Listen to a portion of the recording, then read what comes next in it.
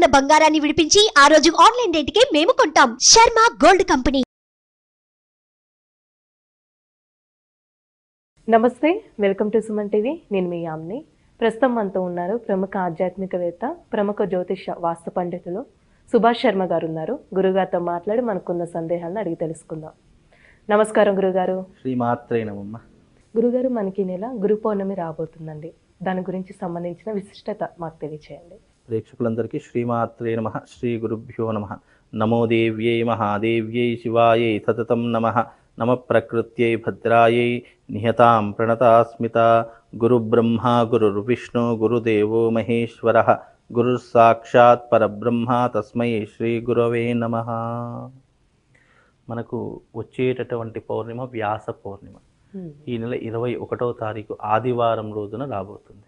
అయితే ఈ వ్యాస పౌర్ణిమ అనేటటువంటిది గురువులకు అంకితం చేయబడినటువంటిదిగా భావన చేసుకుంటాం.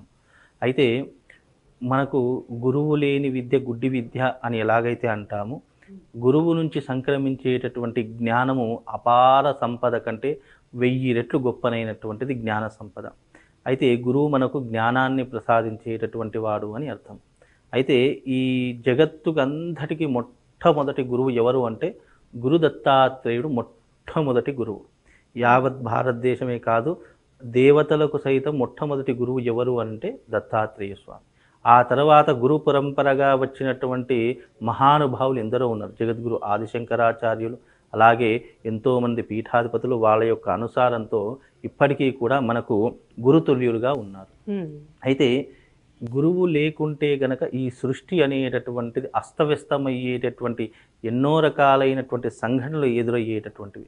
ఇప్పుడు గురువు జ్ఞానబోధ చేతను గురువు యొక్క అడుగుజాడల్లో నడుస్తున్నాము అంటే గనక ఆ పరమాత్ముడు మనకు నిర్దేశించినటువంటి మార్గమే గురు ఉపదేశం. అందుకే గురువులు అనేటటువంటి వారు ప్రతి ఒక్కరికి జీవితంలో ఒక్కొక్క గురువు ఉంటాడు. విద్య నేర్పినటువంటి వాడు గురువే అవుతాడు. మనకు జీవిత గుణపాఠం నేర్పినటువంటి వాడు గురువే అవుతాడు. అలాగే మనకు వృత్తి నేర్పించేటటువంటి వాడు గురువు. అలాగే మనకు జీవితంలో మొట్టమొదటి గురువు దేవుడైతే రెండవ గురువు తండ్రి అని చెప్తారు. అలాగే ఈ యొక్క వ్యాస పౌర్ణిమ అనేటటువంటిది గురు పౌర్ణిమ అనేటటువంటి గురువులకు అంకితం చేయబడినటువంటిది అని అర్థం. అయితే ఆ రోజున గురు పౌర్ణిమ రోజున ఎక్కువగా దత్తాత్రేయుని యొక్క క్షేత్రాలు, దత్తుడి యొక్క ఆలయాలు ఎన్నో రకాలుగా సాయిబాబాకి సంబంధించి కూడా చేస్తారు. ఇక్కడ సాయిబాబా అనేటటువంటిది ప్రాచుర్యంలో లేదమ్మా. అంటే చెప్పుకోవడం అంటే మనము పురాణం ప్రకారం చెప్పుకున్న, వేదం ప్రకారం చెప్పుకున్న సాయిబాబా అనేటటువంటి వాడికి ఏంటి అంటే ఇక్కడ ప్రధానంగా గురువు అనేటటువంటి స్థానం మనం కల్పించినటువంటిదే తప్ప సాయిబాబా ఎక్కడా కూడా గురువు అని చెప్పుకోలేదు. అలాగే నన్ను గురువుగా మీరు పూజించండి అని ఎవరికి కూడా చెప్పుకోలేదు.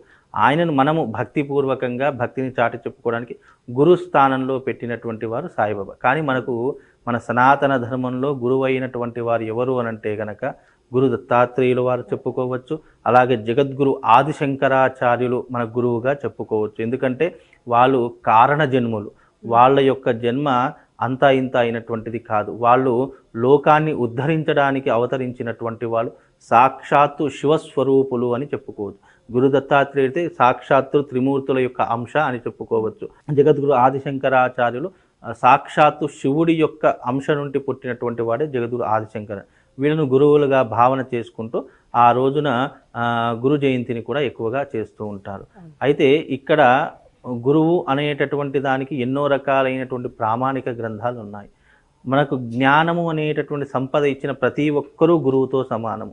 ఆ రోజున ఏం చేయాలంటే మన జ్ఞానాన్ని మనకు విద్య నేర్పినటువంటి గురువు కావచ్చు, వృత్తి నేర్పినటువంటి గురువు, ఎవరైనా సరే నీకు గురువు అనేటటువంటి భావన నీకు ఉన్నప్పుడు ఆ గురువు గారి దగ్గరికి వెళ్ళి నువ్వు ఆ రోజున ఆశీర్వాదం తీసుకొని రావడం చేత మనకు పుణ్య ఫలాదులు కలుగుతాయి. అలాగే ఇది వ్యాస పౌర్ణిమ కాబట్టి వ్యాసుడు అనేక గ్రంథాలను రచించాడు. అలాగే ఎన్నో రకాలైన పురాణాలను రచించినటువంటి వాడు వేదవ్యాసుడు.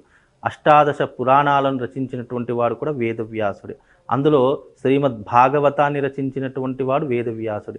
కనుక ఆ రోజున ఏం చెయ్యాలి గురు పౌర్ణిమ రోజున అంటే గనక శ్రీమద్ భగవద్గీతలు కానివ్వండి, రామాయణ పురాణాలు కానివ్వండి, ఇంకా ఏ 18 పురాణాలు, ఏ పురాణం, అగ్ని పురాణం తీసుకోవచ్చు, అలాగే దేవీ పురాణం తీసుకోవచ్చు, దేవి భాగవతం తీసుకోవచ్చు. ఇలా ఏదో ఒక పురాణమైనటువంటి గ్రంథాన్ని మనం అంటే ఎవరైతే చదువుకుంటారో అలాంటి వారికి ఇవ్వడం ద్వారా అనేక పుణ్యపదార్థులు కలుగుతాయి. ఆ రోజున ఏదైనా దానం చేయాలి అంటే పురాణాన్ని దానం చేయండి, పురాణమైనటువంటి గ్రంథాన్ని దానం చేయండి. అది ఆ రకంగా అది కూడా అర్హత ఉన్నటువంటి వారికి మాత్రమే దానం చేయాలి. ఇక దానం చేయమన్నామని చెప్పేసి అర్హత లేనటువంటి వాడికి దానం చేసేసి ఉన్న అర్హతను పోగొట్టుకోకండి. అర్హత ఉన్నటువంటి వాడు ఎవరు? వేదములు నేర్చుకున్నటువంటి వాడు, జ్ఞానాన్ని నేర్చుకున్నటువంటి వాడు, లేదా బ్రాహ్మడికి ఇలాంటి పురాణ గ్రంథాన్ని దానం ఇస్తే గనక అపారమైనటువంటి ఎంతో పుణ్యం కలుగుతుంది అని చెప్పేసి కూడా మనం పురాణ ప్రకారంగా చెప్పుకోవచ్చు. ఆ రోజున చక్కగా ఇదంతా కూడా విష్ణుమూర్తికి అంకితం చేయబడినటువంటి గురు పౌర్ణిమ కాబట్టి మనకు బ్రహ్మ విష్ణు మహేశ్వరుడు కూడా గురువుతో సమానం కాబట్టి, దైవంతో సమానం కాబట్టి ఈ గురు పౌర్ణిమ రోజున వీలైతే అందరూ కూడా తమ తమ ఇంట్లో సామూహికంగా సత్యనారాయణ స్వామి వ్రతాలు చేసుకోండి. వీలైతే చాలా విశేషంగా చేసుకుంటారు. ఆ రోజున ప్రతి ఒక్క ఆలయాలలో సామూహికంగా సత్యనారాయణ స్వామి వ్రతాలు జరుగుతాయి. అక్కడికి వెళ్ళే అవకాశం లేకపోతే మన ఇంట్లో మనం చేసుకుందాం అనుకున్నటువంటి వాళ్ళు చక్కగా విష్ణుమూర్తిని శ్రీ సత్యనారాయణ స్వామి అవతారంగా ఈ పౌర్ణిమ రోజున పూజించేసుకోండి. మీకున్నటువంటి ఆర్థికపరమైనటువంటి ఇబ్బందులు ఏవైతే ఉన్నాయో అవన్నీ కూడా తొలగిపోయే అవకాశం ఉంటుంది. లక్ష్మీదేవి యొక్క కటాక్షం కలగాలి అంటే ఈ గురు పౌర్ణిమను వినియోగించుకోండి. అలాగే ఆ రోజున ఇది పౌర్ణిమ చాలా ప్రత్యేకమైనది కాబట్టి మీరు వీలుంటే ఆ రోజున గురు పౌర్ణిమ రోజున సాయంకాలము 7 దాటిన తర్వాత మీ టెర్రస్ మీదకి వెళ్ళి ఒక శ్రీచక్రాన్నో లేకుంటే ఒక శివలింగాన్నో ఏదో ఒకటి తీసుకొని మీ టెర్రస్ మీదకి వెళ్ళేసి చంద్రుడి యొక్క కిరణాలు సంపూర్ణంగా ఎక్కడైతే పడుతున్నాయో అక్కడ ఆ ప్రదేశంలో కూర్చుండి ఆ రోజున శ్రీచక్రార్చన చేసుకోండి. చక్కగా శివార్చన చేసుకోండి. మనం సాయంకాలం 7 దాటిన తర్వాత ఎప్పుడైతే చంద్రుడు నిండుగా ఉంటాడో ఆ సమయంలో గనక పౌర్ణమి రోజు నిండుగా ఉంటాడు కదా, ఆ సమయంలో గనక శ్రీచక్రార్చన చేసిన, శివార్చన చేసిన, అభిషేకాది క్రతువులు చేసిన, శ్రీచక్రానికి అభిషేకాది క్రతువులు చేసిన ఆ పుణ్యం అనేటటువంటిది అంతా ఇంత కాదు. బ్రహ్మాండంగా మన ఇంట్లోనే అంటే టెర్రస్ మీద ఒక్క శ్రీయంత్రాన్ని, ఒక శివలింగాన్ని, ఏదైనా సరే మీకు శివుడు ఇష్టం ఉంటే శివుడు, అమ్మవారు ఇష్టం ఉంటే అమ్మవారు, ఏదో ఒక దాని స్వరూపమైనటువంటి ఒక యంత్రాన్నో లేదంటే ఒక విగ్రహాన్నో తీసుకొని వచ్చి చంద్రుడి యొక్క కిరణాలు ఎక్కడైతే మీ టెర్రస్ మీద పడుతున్నాయో లేదా ఒక ప్రదేశంలో ఒక ఖాళీగా ఉన్నటువంటి ప్రదేశం ఉంటుందో అక్కడికి వెళ్ళి మీరు చక్కగా అమ్మవారిని కానీ శివుణ్ణి కానీ అర్థించండి, అర్చన చేయండి, అభిషేకాది క్రతువులు చేయండి. ఆ పుణ్యం అంతా ఇంత కాదు, కటిక దారిద్రుడైనా సరే అపర కుబేరుణ్ణి చేసేటటువంటి పుణ్యమైనటువంటి పౌర్ణిమ ఈ యొక్క గురు పౌర్ణిమ.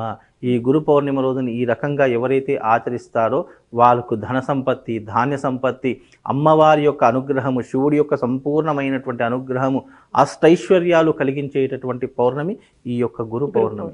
కనుక ఇవి కొన్ని పుణ్యతిథులు ఎలా ఉంటాయంటే తిథివార నక్షత్ర ముహూర్తాలు మన మనిషికి యోగాన్ని కలిగించేటటువంటివిగా ఉంటాయి. అంటే నేను జీవితంలో అన్నీ కోల్పోయాను, అన్ని రకాలుగా నష్టపోయాను, నేను మళ్ళీ నా జీవితాన్ని పునరుద్ధరణ చేసుకోవాలి, ఏదైనా మంచి నాకంటూ ఒక రోజు రావాలి అంటే ఆ రోజు ఈ యొక్క గురు పౌర్ణిమ. కనుక దీనిని సరిగ్గా మీరు వినియోగించుకొని, ఎవరూ మనకు సహాయం చేసేవారు ఎవరు లేరు. ఒక దగ్గరికి వెళ్తే సహాయం కోరుకుందాము, అతను ఏదో సహాయం చేస్తానని ఆశతో వెళ్తాము, కానీ అక్కడ నిరాశనే వస్తుంది. మీరు ఎవరి దగ్గరికి చేయిజాచి వెళ్ళకండి, భగవంతుని చేయిజాచి అర్చించండి, మీ కష్టాన్ని తప్పకుండా దూరం చేస్తాడు. అలాగే ఈ గురు పౌర్ణిమ రోజున కూడా తప్పకుండా భగవంతుని ఈ రకంగా అర్చించుకోండి. చంద్రుడి యొక్క సంపూర్ణమైనటువంటి అనుగ్రహము, అలాగే ఆ అమ్మవారి యొక్క అనుగ్రహం, శివుడి యొక్క అనుగ్రహం తప్పకుండా చేసినటువంటి వ్యక్తికి దొరుకుతుందమ్మా. చాలా చక్కగా తెలియజేశారు గురుగారు, ధన్యవాదాలు. శ్రీమాత్రే.